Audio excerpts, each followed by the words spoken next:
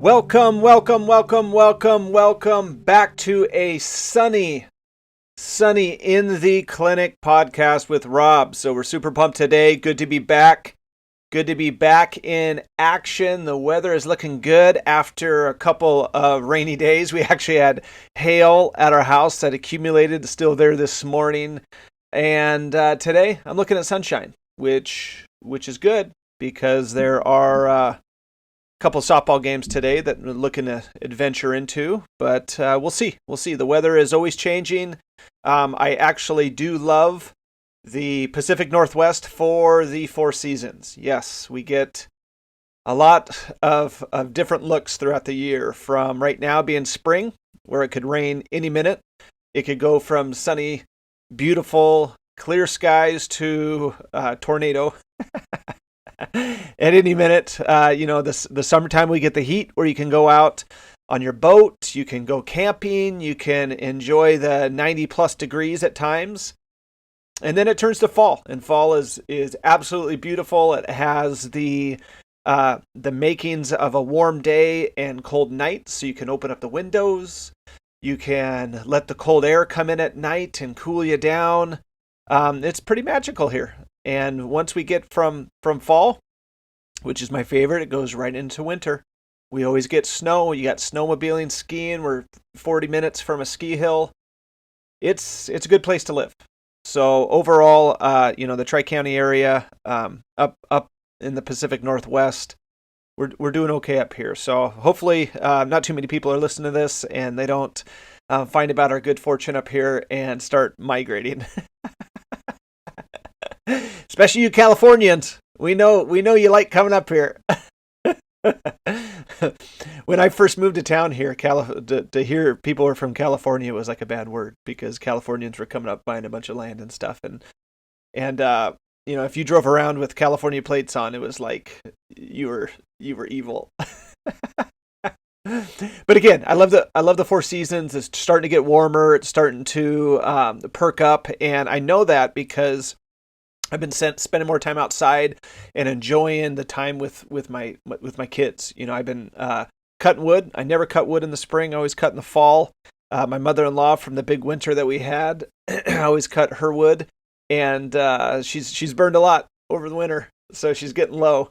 But I figured before it gets too dry and we can't cut wood, then it's a good time to do it now. So that's been good. I enjoy it. I like the physicality. I like sweating. I like throwing on my cowboy hat and pretending I'm Rip from Yellowstone. I mean, any chance to wear a cowboy hat and a sweet coat with jeans and boots.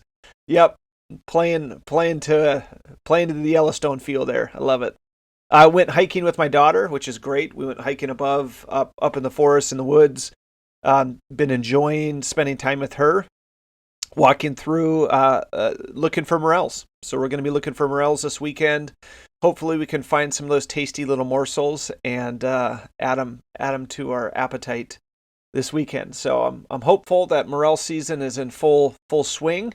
And I also went a little 4-wheeling with my son. So he's been starting to enjoy his ability to ride the 4-wheeler independently. He's been cruising around. He has me ride on the back. And so for us to ride up into the woods, go to neighbors, etc., has been fun. So I enjoy the outdoors. I enjoy spending time with him. But, overall, I really like the heat because we get to sit, my wife and I, on the back deck and enjoy the sunshine. So the mornings with coffee, sitting on the back deck as the sun comes up, gracing us with its presence, is one of my favorites. And then even in the end of the day, where it's pretty warm, we can sit on the other side of the house. We got another deck there under the shade, maybe with some sweet tea, and just enjoy the best of life. So overall, I like the changing season. I'm excited for it. After all the cold and the snow we had, I'm pumped.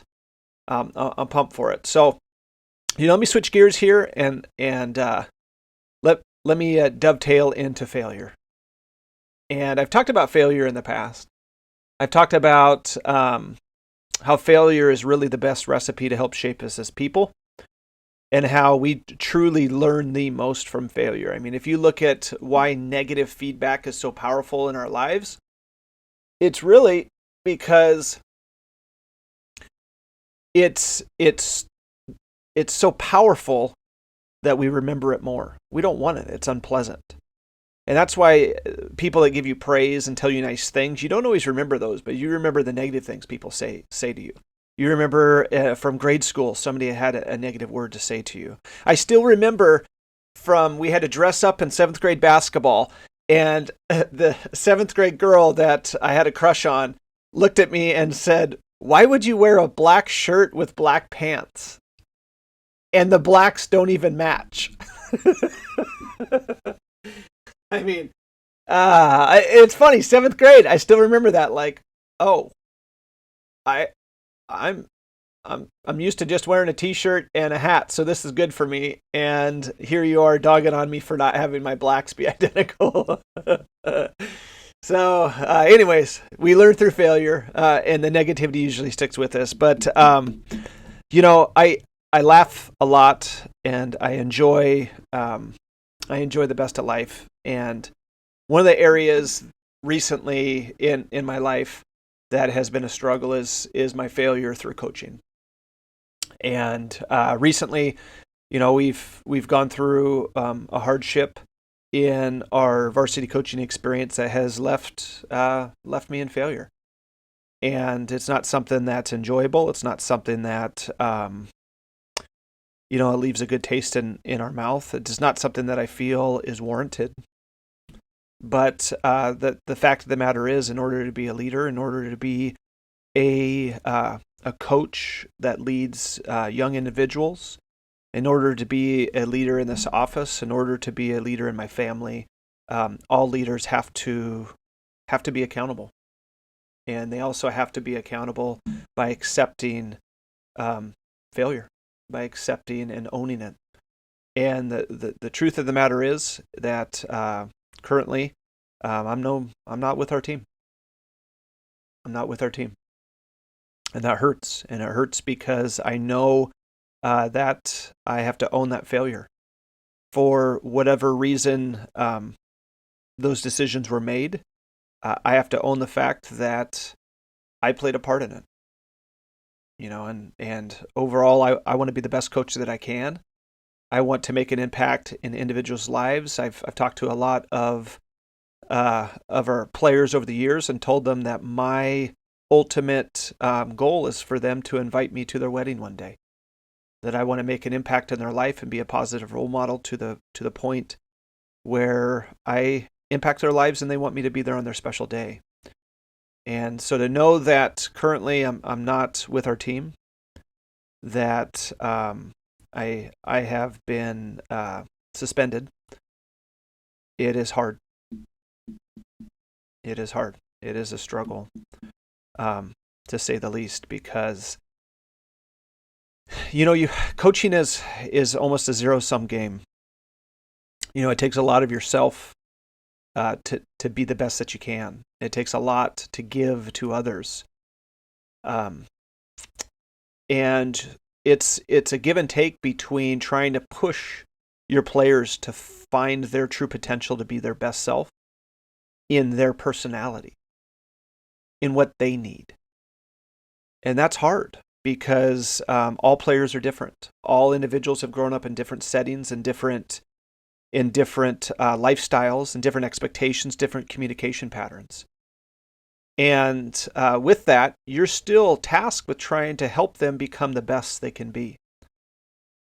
And when you're trying to help them become the best that they can be, it can lead to conflict. It can lead to unhappiness. And with sports, it's one of the last true meritocracies. Ideally, the best players of a group that can help the team win are the ones that play. And when that naturally occurs, it can lead to conflict. It can lead to hurt feelings. It can lead to frustration. And overall, I'd have to say that the conflict that arose is not related solely due to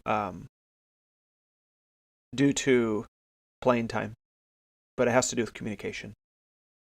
And that's where, for myself, taking accountability and looking past, and my ability to communicate to all the players that I needed to for these difficult times, these frustrating moments. You're not going to be able to play here at this time. You're not going to start this game. The sensitivity that I lacked is why we're here today. Is why it's frustrating. But it takes failure. Again, I've talked to our players multiple times. It takes failure to learn, to reflect. And, it's easy to blame. It's easy to start pointing fingers at people, at different entities, and say that's the reason. But again, it does no good. It does no good. In failure, you can only change your component in it. And with any failure, whether it be a team, whether it be in school, whether it be a relationship, whether it be anything that's significant in your life, if you fail and refuse to look at your part in that failure, it's a massive disservice to your growth as a human, as a person, as a leader. So, with those discussions I've given our team, I've learned. And I've learned that more from failure than anything. It's important at this point that I continue to learn to communicate in a way that allows people to receive my message in a positive and constructive way. And it doesn't matter, and I've talked about this before. I've talked about it on the podcast. I've put this in videos. It does not matter what I say as much as how people feel.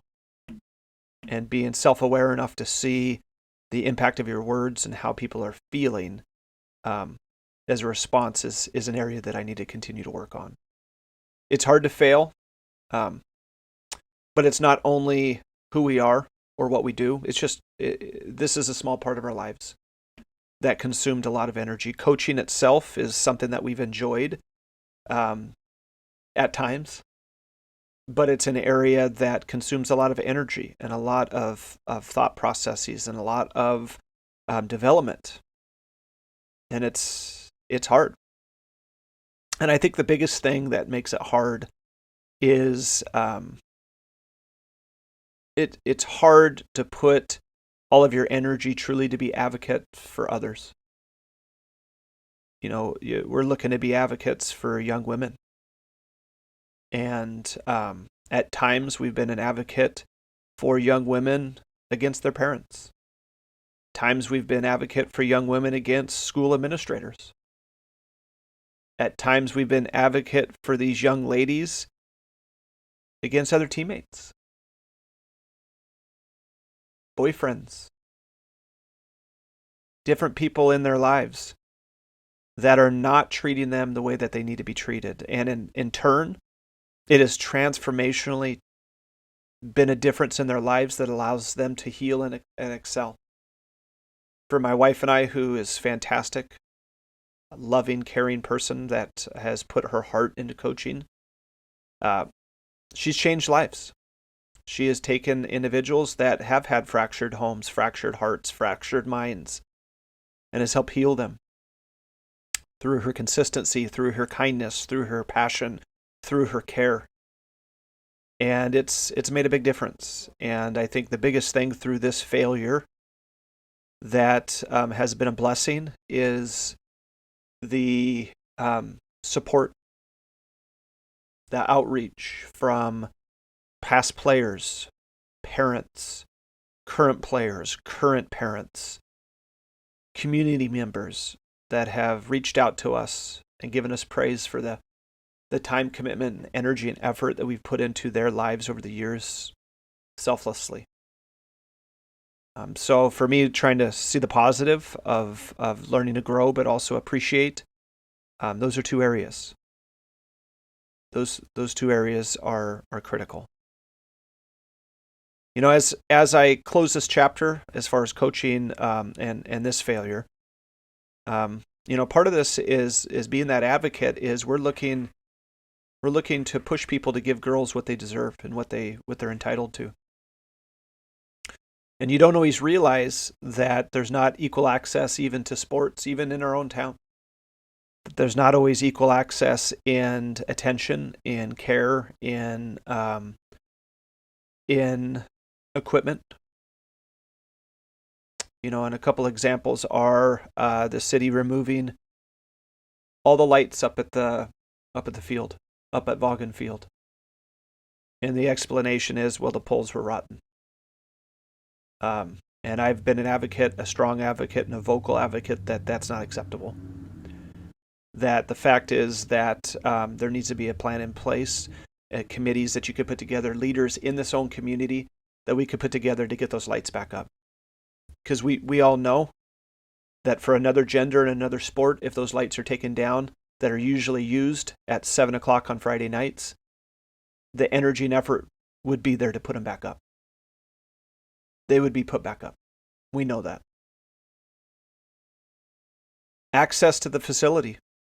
With the girls, there is limited use for them to use their own field. They don't have their own field. They have to rent it from the city.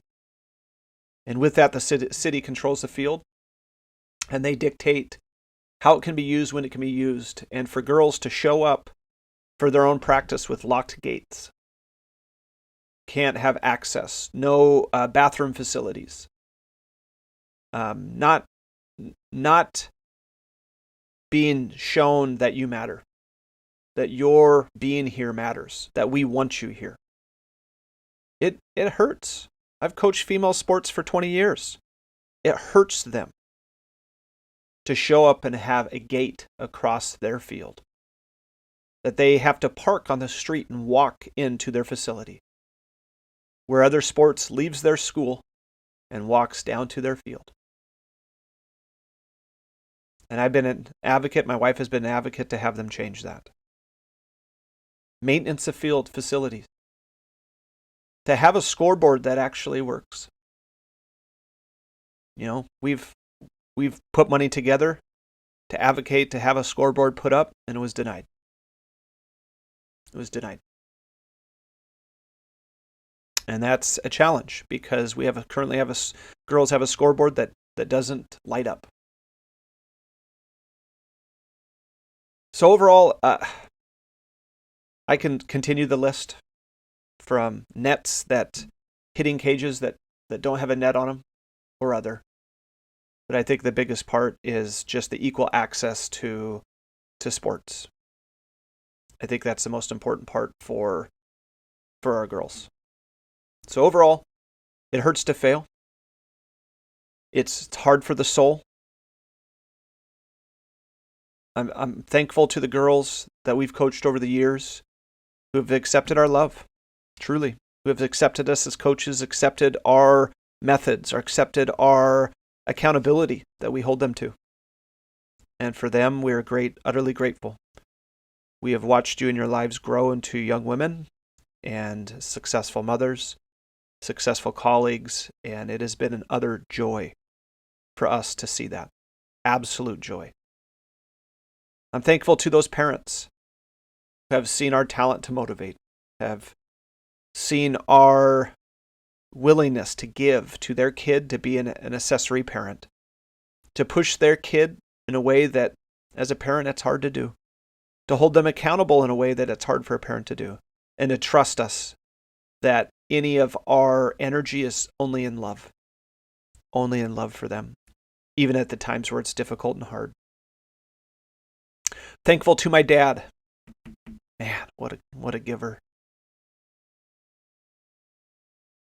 Thankful to my dad, who is there every practice to do the field, to make sure the girls have a pristine field. Is always looking to give in equipment, in energy, time. And I'm just thankful for him to be the best role model that I could have on how to handle difficult situations and continue to give to others, because he is an excellent person for that. But above anything, I'm thankful to my loving wife. I'm thankful for her gift of coaching. She is absolutely the greatest game coach that I've ever seen. and her intuition is without hesitation. She is poetry on a field. And I have truly enjoyed over the years being by her side, watching her thrive, watching her lead young women and be a role model that tells them it's okay to be strong. It's okay. So as I close this down, I am very thankful to her. I'm very thankful to the parents. I'm very thankful to my dad. I'm very thankful to the players over the years. And for all those that have reached out in support of us through this difficult time, I truly thank you, and I love you. When we return, we will dovetail this failure into the mourning. Why mourning the loss of an injury is important. What happens if you don't mourn that loss?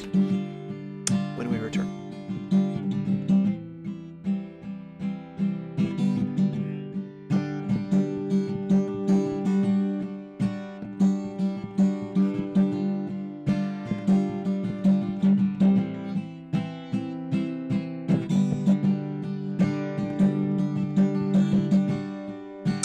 And we're back to the show. And we went from talking about failure, talking about some difficult topics for myself and our family, and to progress from that into mourning, I think is appropriate. And we look at mourning not as the time we wake up. We look at mourning as our way of understanding grief and dealing with grief, dealing with hardships in your life.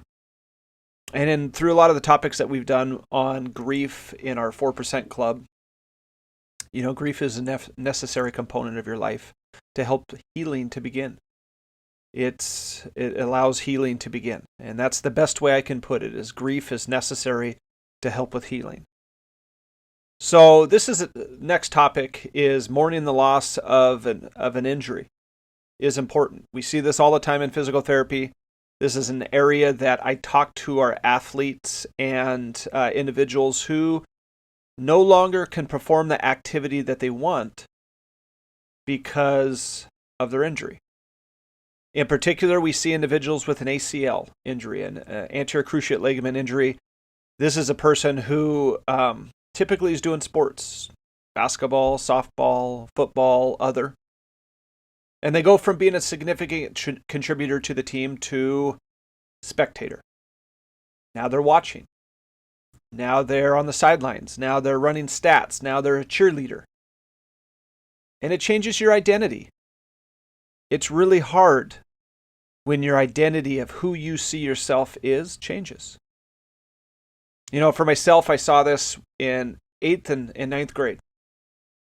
It was a challenging time because in 8th grade football, halfway through the season, I broke my arm in a game against Pullman. Gotta love Pullman. But went for a tackle, slipped in the mud, went to get up, and as I went to get up, our D lineman ran right across my arm. And didn't know it at the time that it was broken, just continued to play, continued to try and fight through it, and later found out that there was a fracture there. So it was hard. I was done for the season. It changed who I saw myself as. I was no longer a contributor on the team. I wasn't in the fight with our team. I was a spectator at practice and in games. It was hard. And what made it even more hard is the following year, in the first week of padded practice in football, I was a tackling dummy. I was holding literally a dummy so that our linebacker could go through, shed a block, and come up and wrap up the dummy.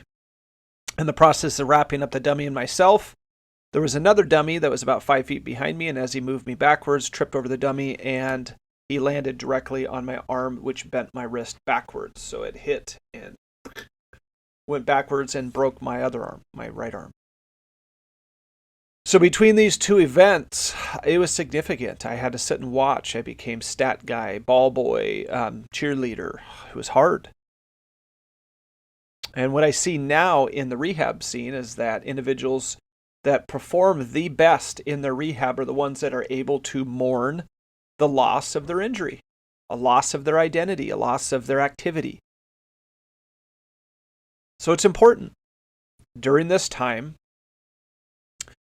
they have to understand that their identity will change, who they see themselves as will change, and they have to mourn that loss. They have to communicate to a parent, to a family member, to a friend, to a colleague, to a person that will relate, that this is hard. They have to get that off their chest. If they try and ignore it, they try and push it down, they try and tamp it down, they don't take it seriously, they don't see it as significant. What I've found is that when it's time to really start pushing in their rehab, building strength, functional training, returning to sport, they're still caught in their own mind of what could have been, what should have been, what they've lost, what they've missed, what they aren't anymore, and they almost hit a side of depression. They're mentally not able to push in their rehab the way that they need to. And you see this in adults. When they lost their identity from work, they have a physical job and they can't do what they need to. They can't perform at home the way they need to, building different things or moving different things. It changes the identity that they see themselves. And when we have that identity loss, we develop cognitive dissonance. Who we see ourselves as and what we know is not what we're demonstrating in reality. So this can be hard. So how do we overcome that? How do we deal with mourning so that we can start to heal? Because again, that's the whole purpose of grief. The whole purpose of grief is to be able to deal with our mourning so that we can heal.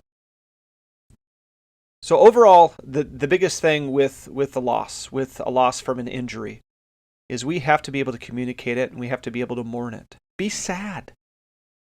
Be sad. It's sad.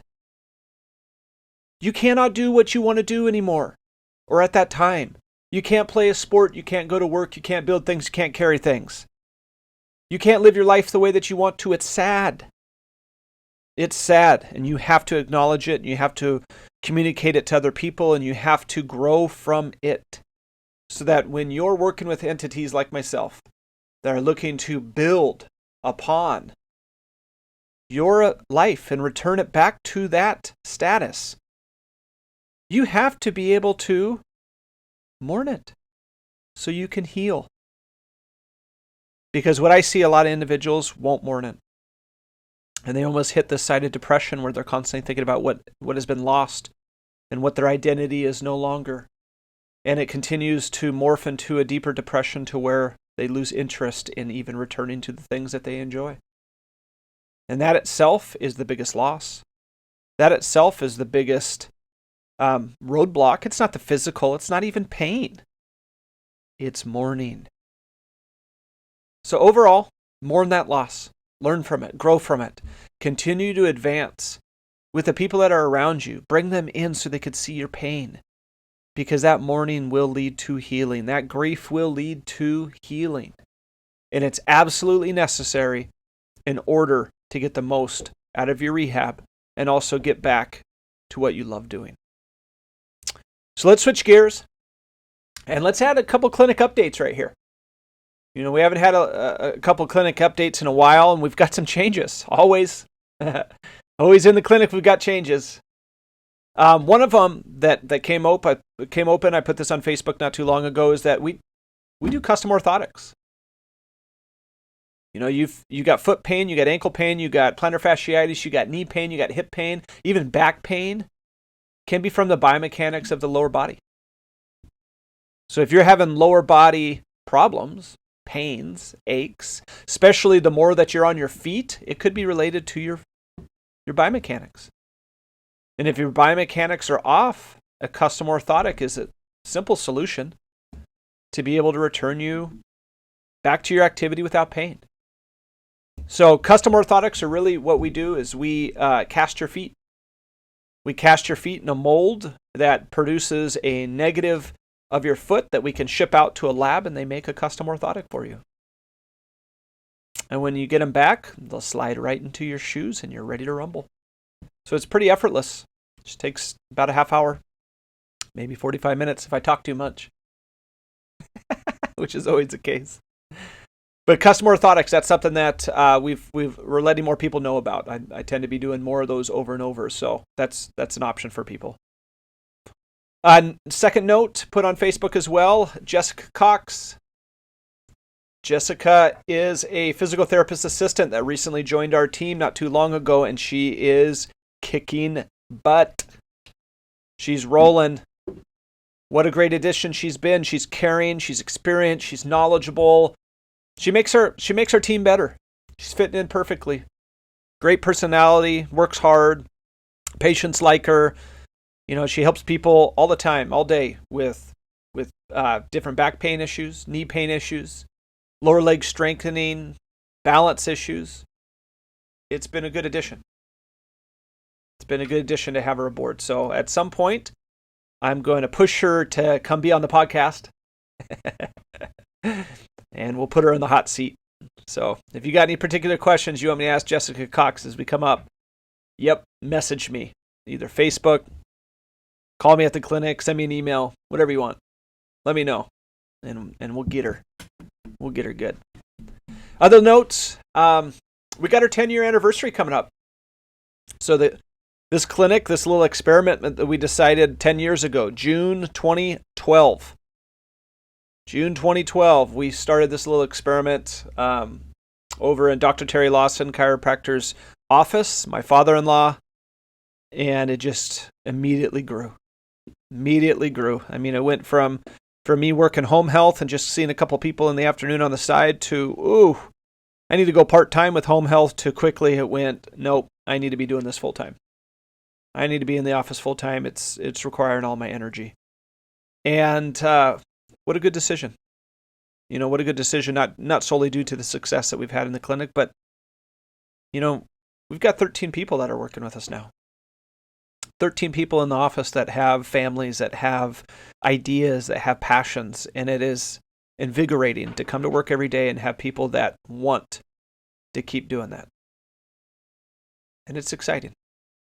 So it gives me joy overall. Other notes, we've got, speaking of family, speaking of people, we've got some updates too. We've got Emily Giesler, who is our physical therapist assistant. She announced that she's pregnant. So she's working on the tiebreaker. She's got a baby girl and a son. And now she gets a tie break. So we'll see what comes in the future, but we're excited for her and her husband Steve that are looking to have their third. But that's not the only one. Tyler had announced also, and coming up in June, July, that his wife also is pregnant. So we've got baby fever running through the office. Anybody that knows me knows that I like babies. I like pregnant bellies. It's a little weird. So I'll try and behave myself and won't poke any bellies, rub any bellies, or make any babies cry with my excitement. But it's really nice. It's a great blessing to see people continue to grow in their lives here in the clinic, and it's humbling, truly. Other notes, we've got Mackenzie Kroll, who is our operations manager. We're pretty proud of her over the years. She's been with us the longest, coming up 6 years. And we're proud of her. We're proud of her because, one, she's getting married this September. Yep, marriage. So we're looking to have an absolute awesome bash. That should be a ton of fun. But also I'm proud of her because also in September, she's going to be graduating from college.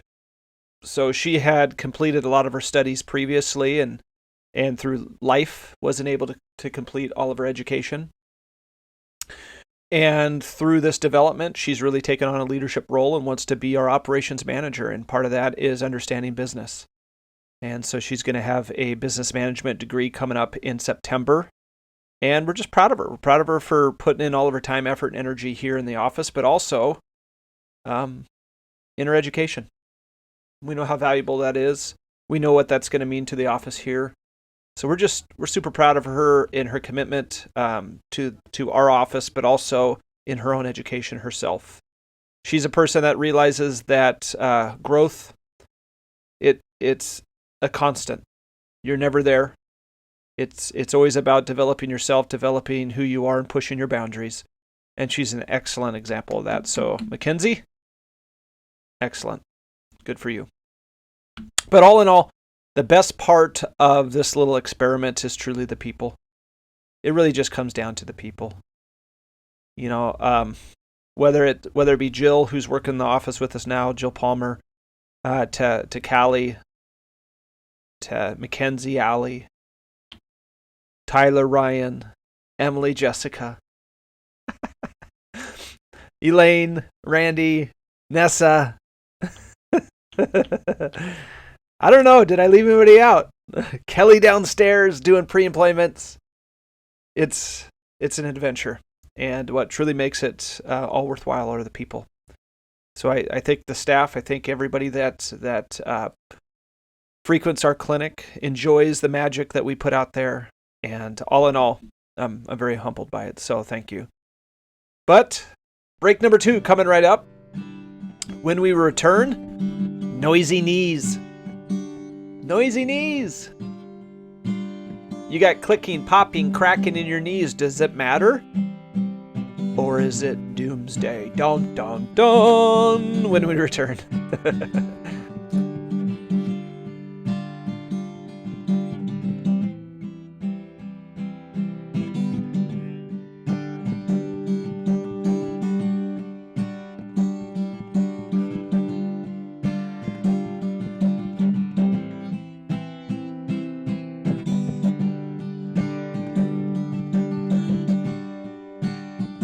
And we're back for more. We got our third segment here of In the Clinic podcast with Rob. I always put on there for people, not animals. And that's solely just to annoy my kids, really. I mean, I told them that's what I was putting on there. My daughter thought it was horrible. She's like, Dad, that's bad. Even my son gave me an eye roll. So now, for people, not animals. I do like animals, though, as you know. For anybody that's watching the video blog, the video podcast, behind, you'll see my dog walking around back behind here. So, all in all, let's get to the meat of this. And the meat is noisy knees. Can noisy knees be a sign of trouble? And also, let's get into 5 ways that we can help you today. If you got noisy knees, let's do that. Now, one of the questions I get often, I got this emailed to me about noisy knees. This was actually from a reader from my newspaper column. I do a newspaper column for the local newspaper here, the Statesman Examiner. Plug. That was a plug, by the way. Statesman Examiner, the Tri-County's best newspaper. Another plug. And, the column that I put in there always invites people to ask questions. And when I asked, an individual, hey, give me something about knees, they had asked this question, which is, I'm a 50-year-old, and I've noticed my knees are popping more than they used to. They don't hurt, but should I be worried? And this is from Julie here in Colville. So I do thank Julie for this question. Our providers, even myself, we receive this often in the clinic. So let's dig a little deeper about it. Is the cracking, popping, and the noisy knees, is that okay? Or is this a sign of trouble? And looking into this, there's a new study that they revealed on noisy knees. And they found that it could be a sign that you're at risk for osteoarthritis, but only if you're at a certain age. So they did an evaluation that took data from about 3,500 people as part of this osteoarthritis initiative. And it concluded that grating, cracking, or popping sounds in or around the joint, the knee joint, also known as crepitus, that it can put people at an increased risk for developing osteoarthritis. The study looked at people ages 45 to 79, and the average age of these participants were about 61 years old. So of those who developed diagnosable osteoarthritis within a year of the study, more than 75% showed signs of degenerative disease on x-rays. Those same people, however, did not have frequent knee pain, but they did have noisy knees when they first started this study. So what does that mean overall? And the study is suggesting this. It can't say it's a direct causation, but it's suggesting that individuals with noisy knees within this age group, that 45 to 79, are at risk for osteoarthritis within the next year compared to individuals without noise. Wow, that's significant. That's really significant. So we know that knowledge is power, especially in defense for our health.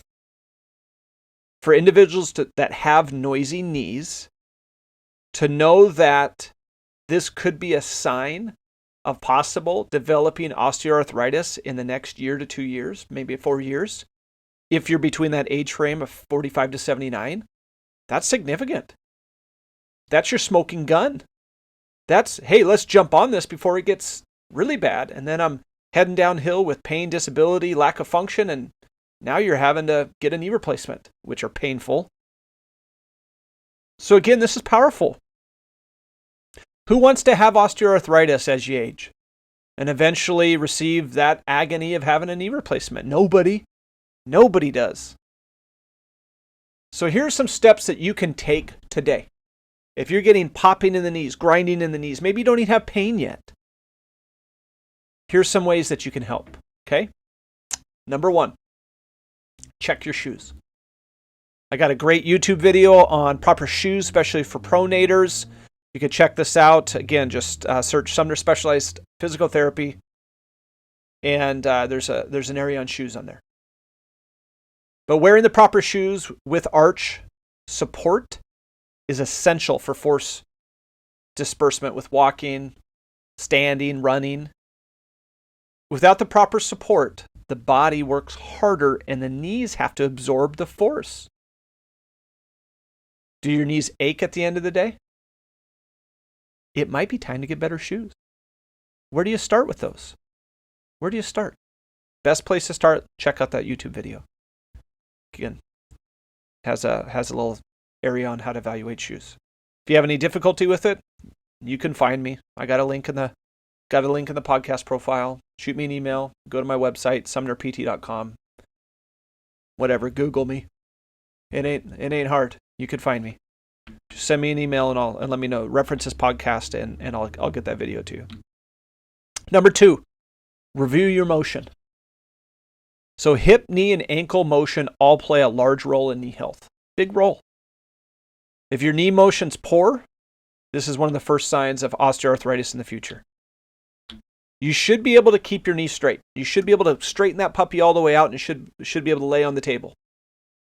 And you should be able to bend your knee all the way underneath your chair when you're sitting. If you're having difficulty with these, that's a sign that you're losing knee range of motion. Reviewing proper motion to each one of your joints, from your knee to your ankle to your hip, all give you a chance to reduce the effect of osteoarthritis in the future. I see it all the time in the clinic. Those are the areas that we work on, even if you have osteoarthritis. But it's the first that starts showing up. So get rid of it, prevent it, improve it. Okay? I also have on YouTube a video on how to stretch your knee. Okay? So check that one out as well. Build leg strength. That's number 3. Build leg strength. The quadricep, the muscle on the front of the thigh, is really the powerhouse to the knee. There are muscles on the front of the thigh that are very, very strong, and they absorb a ton of the knee the ground reaction forces that come from walking, running, go up and down stairs. So one of the best ways that you can improve your knee health is to improve your quad strength. Ways you could do this: partial squats, sit to stands from your chair, lunges are all just ways to help improve your quad strength. That quad strength helps force absorption at the knee. So number 3. Number 4, get active. Get active. Part of our mobility, our strength, and eventually our risk for osteoarthritis is due to inactivity. The old saying of move it or you lose it, it's true. We need to stay active and mobile as we age, or the body starts to tighten and weaken. How do you stay mobile? Well, you can start a walking program. You could take beginner's yoga, maybe water aerobics, or find other ways to move outside that helps you maintain your mobility. But the key is not so much what to do as just getting active and keep moving. So 1, 2, 3, 4. Number 5. This is an important one. Seek professional evaluation. So in our office, we are looking to restore and preserve mobility because it's the essence of life. During our evaluation, we're looking at many of the factors at play, those biomechanical structures, range of motion to the joint, muscle imbalances, foot structure, ligament integrity, or other factors that just affect mobility.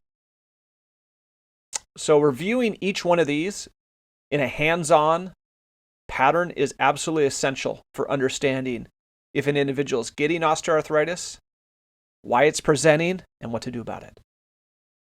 So those 5. How to help with cracking, popping, noisy knees? Well, 1, check your shoes. 2, review your motion. 3, build leg strength. 4, get active. And 5, seek professional evaluation. But the key is, all this information is just to help you in your life. Is to help you improve your mobility long term. We all want to age gracefully. We all want to improve our mobility. We want to be the grandparent that's on the ground with the grandkids. We want to be able to take hikes, walk, ride bikes, get off the floor, go up and down stairs. Who doesn't want to age gracefully? We all do. But aging gracefully is no accident. It's not. Taking care of yourself, taking care of your body, taking care of your joints, taking care of your nutrition, activity level, they're all important. So overall, take this to heart. This is your sign. If you're getting popping, cracking, grinding knees and you're over 45 years old, that's your sign. If you don't have pain yet, that's your sign. But take care of yourself. Do what you need to do. Take these top 5 to heart and improve your chance of not needing that painful knee replacement in the future. Do it. And if you need help, you don't know where to start, you don't know what to do, darn it, contact me. We'd love to. Like I mentioned earlier, we've got 7 other awesome providers that are just itching for a chance to make a difference in your life. And you'll feel the magic when you come in, because we like to have fun. So all in all, that's going to wrap up our podcast for today. Appreciate you coming along all the way to the end, learning about knee health, learning about our clinic, learning about failure, learning about the importance of mourning. I've enjoyed all the individuals that have reached out to me in the past for questions, comments, or just praise. I appreciate it. It encourages me. It keeps me going in the right direction. And truly, it is the best part of my week. So all in all, thanks again for listening to this edition of In the Clinic podcast with Rob, for people, not animals. Have a good day.